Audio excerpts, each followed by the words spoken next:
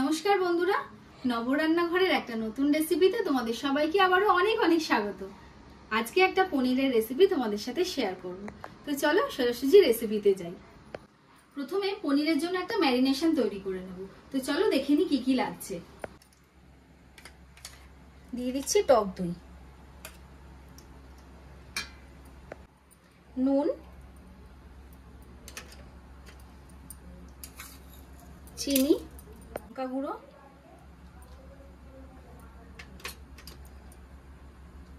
কাশ্মীরি লঙ্কা powder, জিরে গুঁড়ো, হলুদ আর কাসুরি মেথি। এটা দিয়ে আগে টক দইটাকে ভালো করে মিশিয়ে নেব। আমার ম্যারিনেশনটা তৈরি হয়ে গেছে। এর মধ্যে দিয়ে দিচ্ছি পনিরের টুকরোগুলো। এবার সব মশলার সাথে ভালো করে পনিরটাকে মিশিয়ে নেব। পনির মেশানো হয়ে গেছে। সব মশলার মধ্যে কিন্তু পনির আমি ভালো মতন করে মিশিয়ে নিয়েছি। এবার ফ্রাইং প্যান বসিয়ে দিয়েছি, দিয়ে দিয়েছি সাদা তেল। তেলটা গরম হয়েছে, এবার পনিরগুলোকে দিয়ে দেব।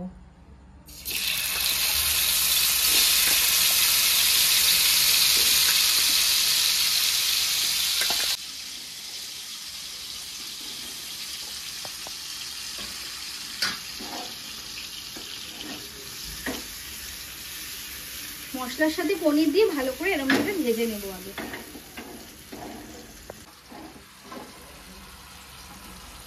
পনিরটাকে জাস্ট এই মশলার সাথে সাঁতলে নেব। দেখো পনিরটা মশলার সাথে ভালো করে কিন্তু আমি ভেজে নিয়েছি। এবারে নামিয়ে নেব পনিরটা।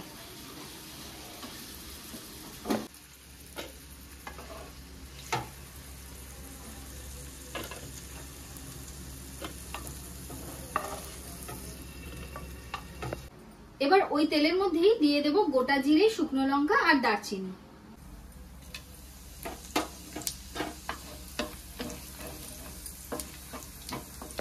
দিয়ে দিচ্ছি পেঁয়াজ কুচি।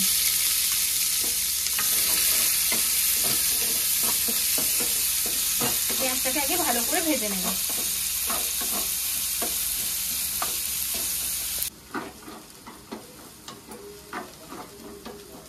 পেঁয়াজটা এবার ভেজে নিয়েছি, সামান্য ভাজা ভাজা করে নিয়েছি। এবারে গুঁড়ো মশলাগুলো দেব। হলুদ গুঁড়ো, কাশ্মীরি লঙ্কার গুঁড়ো,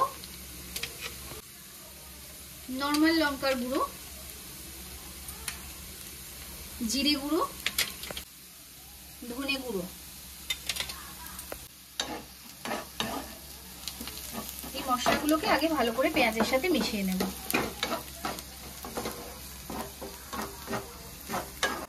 এবারে দিয়ে দিচ্ছি আদা রসুন বাটা।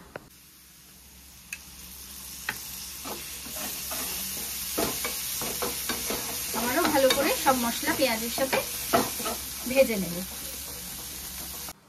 দিয়ে দিচ্ছি সামান্য চিনি। নুনটা আমি এখনই দেব না, কারণ পনিরটা যে ম্যারিনেট করেছিলাম ওর মধ্যেও নুন আছে। আর এই যে ম্যারিনেশনের যে মশলাটা রয়েছে এটার মধ্যে তো নুন, চিনি, বাকি সব মশলাই রয়েছে। তো এটাকে এর মধ্যে দেব, তাই জন্য এখনই আগে নুনটা দেব না।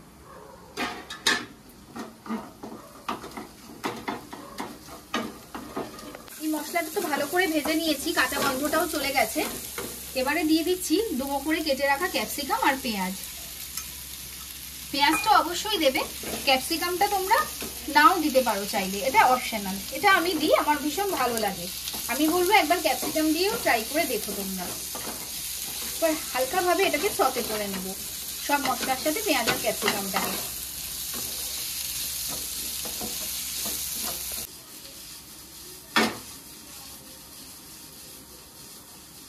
দু চামচ টক দই জল দিয়ে ফেটিয়ে নিয়েছি।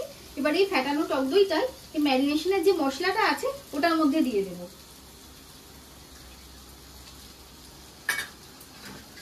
দিয়ে মশলার সাথে ভালো করে মিশিয়ে নিচ্ছি।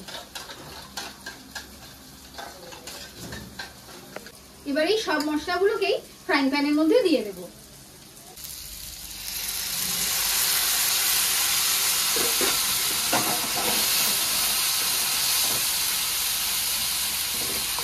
করে কষে নিতে হবে। সব মশলাই এবার ভালো করে কষানো হয়ে গেছে। এবারে দিয়ে দেব নুন।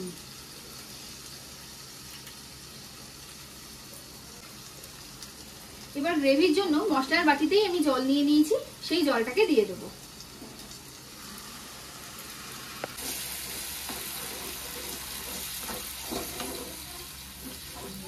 গ্রেভি ফুটে গেছে, এবার পনিরগুলোকে দিয়ে দেব।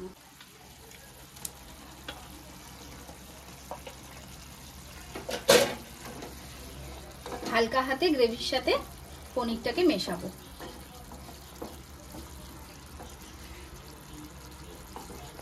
দিয়ে দিচ্ছি চেরা কাঁচা লঙ্কা। এভাবে একটু মিনিট দুয়েকের জন্য আমি এটাকে ঢেকে দেব।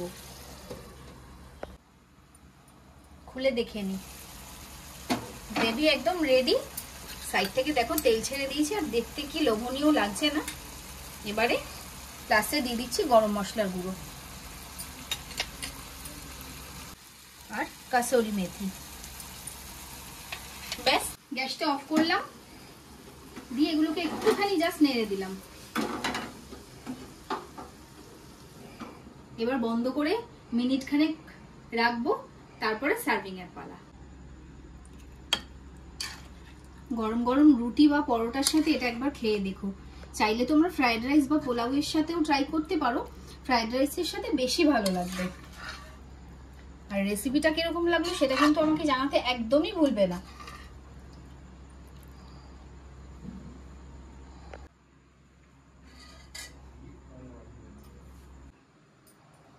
তাহলে এই পনির দো পেঁয়াজার রেসিপিটা তোমাদের কিরকম লাগলো আমাকে কিন্তু কমেন্টে জানিও। ভালো লাগলে একটা লাইক শেয়ার করে দিও, আর তার আগে যেটা করবে অবশ্যই বাড়িতে এটাকে ট্রাই করবে আর আমাকে কমেন্টে জানাবে। তো চলো আজকের মতো টাটা, সবাই সুস্থ থেকো, ভালো থেকো, সাবধানে থেকো। দেখা হচ্ছে একটা অন্য রেসিপির সাথে অন্য আরেকদিন।